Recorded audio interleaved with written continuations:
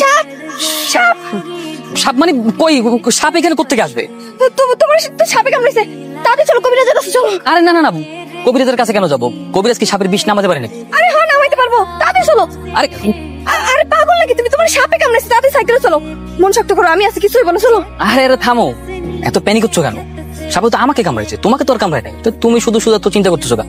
সাম চিন্তা করো না, তোমার কিছু হয়ে গেলে আমার খারাপ লাগবে না? কি বললা? আমার কিছু হলে তোমার খারাপ লাগবে?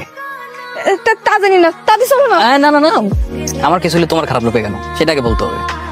আরে সেটা পরে দেখা যাইব। কেমনে কামড় দিল?